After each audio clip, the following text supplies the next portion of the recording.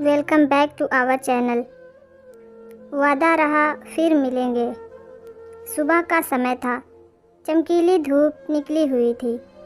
वह गलिहारे के पास खड़ी हुई खिलौना बंदूक से खेलते अपने छोटे से बेटे को निहार रही थी। उसने देखा कि बच्चे की बड़ी बड़ी नीली आंखें सूर्य की रोशनी में चमक रही थी।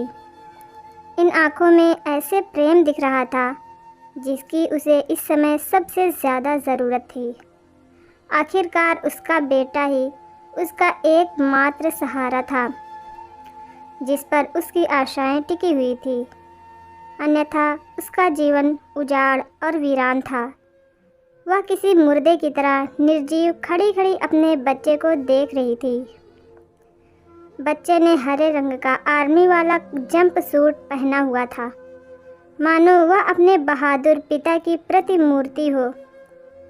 खिलौना बंदूक से फायर करती हुई बच्चे की नन्ही नन्ही उंगलियां उसे अपने पति की याद दिला रही थी।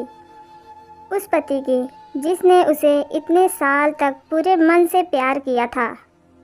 वह पति जो उसे सैन्य अधिकारी वाले मनोहारी ढंग से प्रेम किया करता था और जब तक वह उससे हाँ नहीं कहलवा लेता था तब तक वह हार नहीं मानता था। वे दोनों पति पत्नी सैन्य प्रशिक्षण अकादमी में सहपाठी रहे थे। दोनों मित्र थे, प्रेमी थे, जन्म जन्मांतर के साथी थे। उसने अपनी बाकी ज़िंदगी उसके साथ निभाने का वादा और प्रतिज्ञा की थी और अंतिम सांस तक मातृभूमि की सेवा करने का प्रण लिया था। संसार में सबसे ज़्यादा ऊंचाई पर स्थित युद्ध क्षेत्र सियाचिन में जाने से पहले तक जिंदगी अपने आप में पूर्ण थी। अपने उत्साही और जोशीले पति से उसे युद्ध में सियाचिन भेजने जाने की खबर सुनकर मानो पैर तले ज़मीन ही खिसक गई। ज्यों-ज्यों पति के बिछड़ने का दिन निकट आता जा रहा था, वह दर्द और गर्व दोनों की भावनाओं से भरती जा रही थी।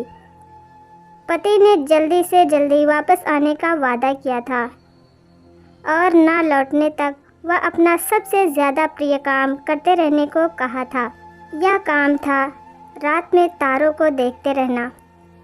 आंसुओं को आंखों के अंदर ही रोककर उसने पति को वादा किया था। उसे इस बात का कोई अनुमान भी न था कि यह उसके पति की अंतिम विदाई है। उसका सीना गर्व से सम्मान से भरा हुआ था क्योंकि वह पति के अंदर युद्ध में जाने वाले रण बांकुरे को देख रही थी। उसके 6 महीने के बाद जब वह दूरदर्शन पर गणतंत्र दिवस की परेड देख रही थी, तभी उसका फ़ोन लगातार बजने लगा। कानों में चुभने वाली फ़ोन की वह घंटी तब तक नहीं थमी जब तक कि उसने फ़ोन उठा नहीं लिया। फ़ोन पर मिली खबर सुनकर वह मानो जम सी गई। उसे ऐसा लगा कि जैसे उसके नीचे की ज़मीन उसे जीवित ही निकल गई हो। उसे ऐसा महसूस हुआ मानो ज़िंदगी कभी वापस न आने के लिए हमेशा हमेशा के लिए चली गई हो। आंसुओं से उसका कंठ अवरुद्ध हो चुका था। पति द्वारा किए गए वादा को याद कर वह निर्जीव सी सोफे पर गिर पड़ी।